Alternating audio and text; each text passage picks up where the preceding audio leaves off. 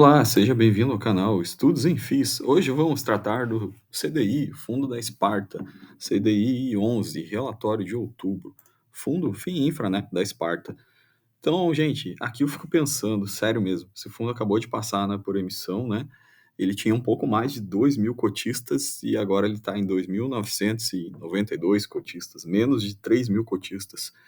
Às vezes eu me pego pensando, como que um fundo com atributos de tamanha qualidade assim não tem mais cotistas, não é tão conhecido no mercado?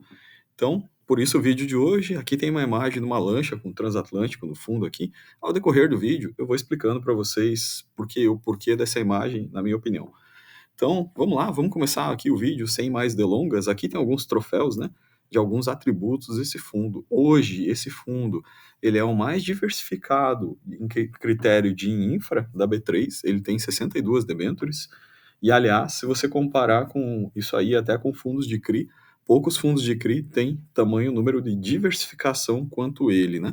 Então, quando a gente está exposto a debenture, né, debenture como característica de renda fixa, especialmente debenture incentivada, ela já é uma debenture de infra, já é uma coisa mais segura, mais similar a uma renda fixa mesmo, né?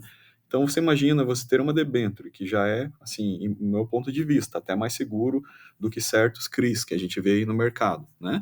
E além disso, você não tem uma debenture, você tem o maior pacote de debentures da B3, você tem 62 debentures selecionadas por gestores profissionais, né? Isso te blinda, na verdade, isso causa uma blindagem natural de distribuição do fundo, causa maior segurança, né, nesse fundo aqui.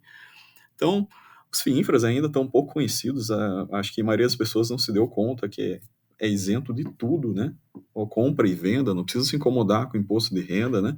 Você pode fazer ganho de capital em venda dele, os proventos também, os dividendos também não são taxados, então é o tipo de coisa que não vai te dar trabalho, né? E que o governo vai ter mais dificuldades para tá taxando isso aí, né? Porque fica menos sujeito por ser incentivado, né, pela Lei 12.423. Então, mais atributos desse fundo, além de tudo que eu falei, ele hoje é o mais diversificado dos infras, um dos mais diversificados da B3 em quantidade de operações. Aqui, ele tem a menor duration hoje do mercado, né? Isso permite o fundo se tornar mais dinâmico, responder de forma mais rápida a alterações do mercado, né? Por isso, um dos comparativos aqui da lancha versus transatlântico. Mas não somente isso, o fundo ainda tem 25% em caixa, o qual ele vai buscar, provenientes da emissão, né? O qual ele vai buscar aproveitar oportunidades no mercado para estar alocando em bons papéis, papéis com spread interessante. Além disso, esse fundo faz hedge total, swap de carteira, de IPCA mais para CDI. Então, ele se blinda aí, né, de diversos fatores que estamos percebendo no momento, da propriamente da volatilidade do IPCA. Então, vamos, sem mais delongas, esse é uma introdução, vamos direto aqui ao detalhe, né, da análise. Então, começando pelo geral, para quem não conhece o fundo, ou para quem já conhece, né, para quem é cotista também, a gente vai acompanhar um pouco melhor. Esse fundo foi criado na época lá do estresse do evento Americanas, onde haviam papéis de qualidade excelente negociando com um valor irreal, na verdade, né? Então, esse fundo aproveitou essa precificação, ele fez compressão de spread, né? Ele espremeu esse limão do spread aqui, e ele acabou entregando até 16, 20%, 19%, nessa fase boa aqui do fundo, onde ele fez grandes compressões de spread, né? Hoje, o fundo ainda conta com um patrimonial aqui de 104,75, relembrando que esse fundo só distribui acima de 100, ou seja, ele tem 4,75 de reservas, né? Ele tem a menor duration, como a gente viu aqui, patrimônio líquido dele, 156 milhões. Pós-emissão, ele se tornou um fundo maior, ele dobrou de tamanho, basicamente. Carrego de carteira, CDI mais 1,5, mas o fundo ainda tem 25% em caixa. O fundo está trabalhando, logicamente, para melhorar esse carrego de carteira também, né? Veja, a evolução em relação ao mês passado, né? Como o fundo pós-emissão ficou muito melhor, né? Então, o fundo pós-emissão, ele se encontra hoje, né, com duration muito mais curta, né? Essa questão do spread ainda há de ser trabalhada, mas o fundo dobrou de tamanho, né? E o número de cotistas não cresceu muito. Não perceba que esse fundo ainda não é muito visto ou valorizado, ou o mercado não tem uma percepção de valor ainda das qualidades e atributos que esse fundo tem. Na minha opinião, esse fundo tem um grande potencial futuro, né? E na composição de carteira, né, é sempre bom a gente ter, por exemplo, FIINFRAs indexados a IPCA, FIINFRAs com hedge parcial, FIINFRAs com hedge total, como é o caso desse, né? Então, esse aqui a gente está indo mais na linha do CDI. Beleza, pessoal? Aqui umas características gerais, taxa de administração, 1%, performance, não tem, né? Rentabilidade alvo dele, buscar CDI mais 2. Fundo, isenção total que a gente falou aqui, IR, ganho de capital, né, como todo FIINFRA, pela Lei 12.431. Vamos em frente, passar o próximo ponto aqui. Então, a gente já viu um pouco do fundo, vamos ver um pouco sobre a carteira, né, o que aconteceu sobre as novas aquisições. Então, o fundo priorizou novas aquisições, onde ele viu potencial, né?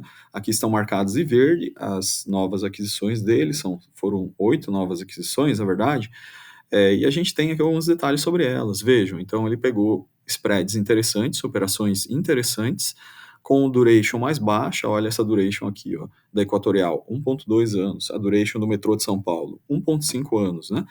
E aqui, ratings excelentes, né? A gente nem tem muito o que falar a respeito de ratings, né?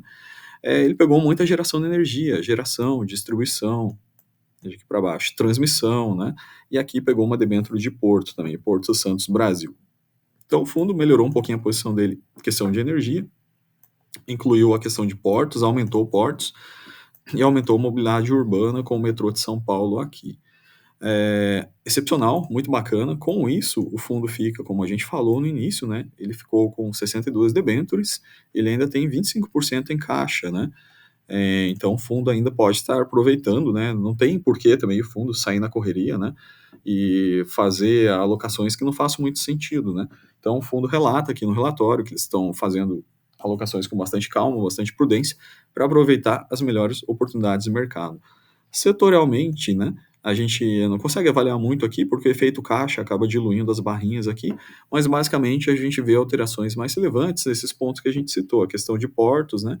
Que acabou aumentando um pouco. Veja, no relatório anterior de setembro estava em 4%, portos agora veio para 6%, e aí essa questão de energia também acabou subindo um pouquinho mais aqui no ranking, né? Distribuição de energia, transmissão, enfim, foram esses os pontos, e mobilidade urbana, foram esses os pontos que alteraram em relação à carteira de portfólio. Ratings, né? O fundo, na verdade, perceba que só melhora a alocação por rating, né? Antes ele tinha aqui AAA uns 40%, hoje ele está com mais 50% de AAA aqui na carteira. Então, ótimas operações, não temos muito o que falar, isso dá uma segurança, né, para o cotista, por saber que são debêntures realmente onde está sendo trabalhado bem a questão de qualidade também. Indo à questão de mercado e performance, aqui é o ponto central do vídeo, vamos gastar um pouquinho mais de tempo aqui. Então, relembrando, esse fundo ele foi criado lá no momento do evento Americanas, né, onde o fundo aproveitou essa loucura do spread de mercado, né, onde houve uma distorção entre realidade, né, e precificação.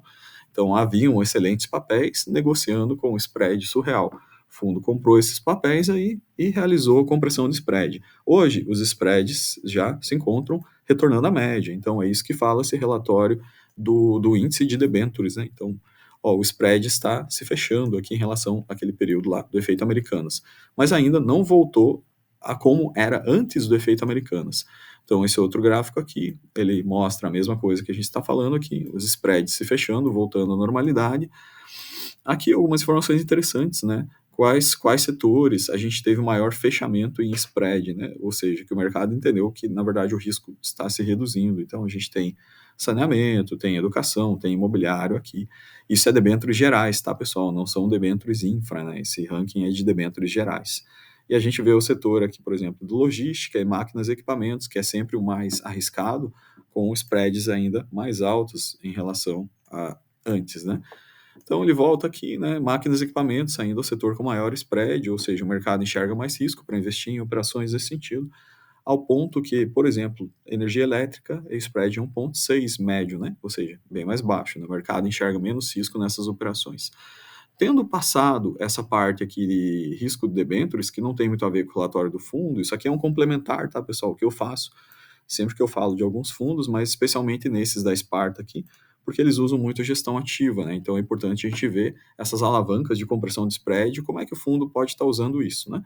Então, olha só, o fundo praticamente dobrou de tamanho, duration mais curta, tudo isso que a gente falou, 8 novos emissores, passaram 60 ativos, né? Alocação, falta 25% para fazer, já vimos isso também, né?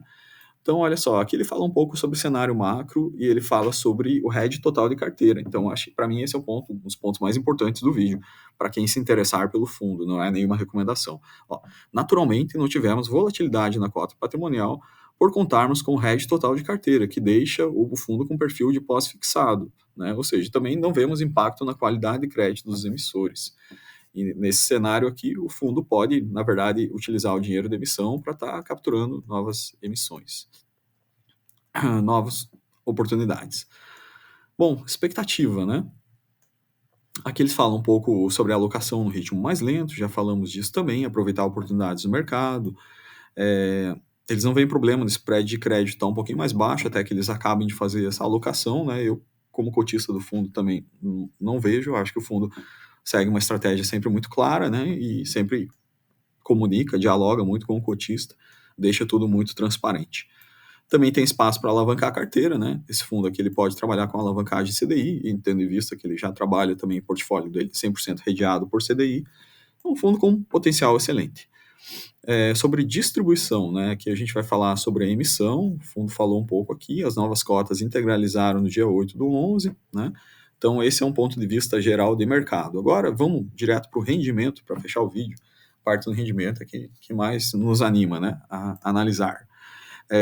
Então vamos lá, o que o fundo pagou, né? Ele pagou 1,22 esse mês aqui, o que é equivalente a 116% do CDI limpo, né? Sem gross up. Então, quando a gente compara isso aí com o CDI, né? Você fala, só pagou 116% do CDI. Mas se você tem uma aplicação CDI, você sabe que você resgatar em menos de um ano, você vai pagar um imposto de renda, 22% dos seus rendimentos, né? Além disso, se você carregar até o final, você vai pagar, na melhor opção, 15%. Então, quando a gente joga o gross up em cima desse fundo aqui, essa rentabilidade se transforma em algo como 130% ou até mais que isso. Não é verdade? Então tem que analisar sempre isso, né? Esse comparativo do fundo aqui é o comparativo basicamente no CDI puro, tá? Seria equivalente a um dividend yield também de 18,3 anualizado, né? Isso que ele distribuiu aqui. Desde o início do fundo, ele vem distribuindo muito bem, porque ele se aproveitou dessa questão da compressão de spread, que a gente já explorou bastante pesadamente aqui no canal.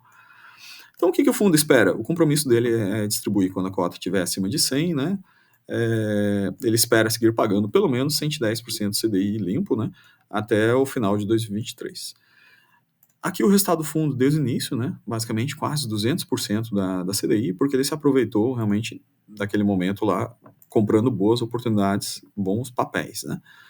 Aqui um pouquinho mais sobre o DRE do fundo, né? Para a gente entender como é que o fundo trabalha, então bem interessante. Vocês vejam que o CDI do mês, como ele é 100% redeado, né, o CDI fechou em 1. Aqui ele teve algumas marcações de crédito que debitaram e taxa de administração, que acabaram debitando um pouquinho aqui, mas ele teve o carrego que compensou aqui. No final de contas, ele acabou gerando 0,9, né? Só que ele entregou o que seria, por exemplo, 90% do CDI, né? Só que ele entregou 116% do CDI, como utilizando um pouquinho de reserva aqui que ele tinha. A gente viu isso foi no geral, né? Então veja que a reserva baixou um pouco. A reserva estava em 105,03, está em 104,75. Então fez um leve uso da reserva aqui para pagar esses 116. Aqui tem o fundo desde o início, né? Esse que é mais importante, de acompanhar a longo prazo desse fundo. Então, um fundo que supera de longe o CDI, perceba, tem o CDI do período aqui, ele tem um carrego de crédito, 0,9 em relação ao CDI, marcação de crédito, aqui estão os ganhos de gestão ativa, né? Compressão de spread, enfim, toda a gestão ativa da Sparta para entregar ao cotista que vem funcionando muito bem nesse fundo aqui. Aqui taxa de administração, demais itens, resultando um líquido de 17,2 ao cotista desde o início do fundo, né? Então o fundo entregou aqui, olha, quase o dobro de CDI. Então, novamente, não é recomendação de investimento, mas a mim me assusta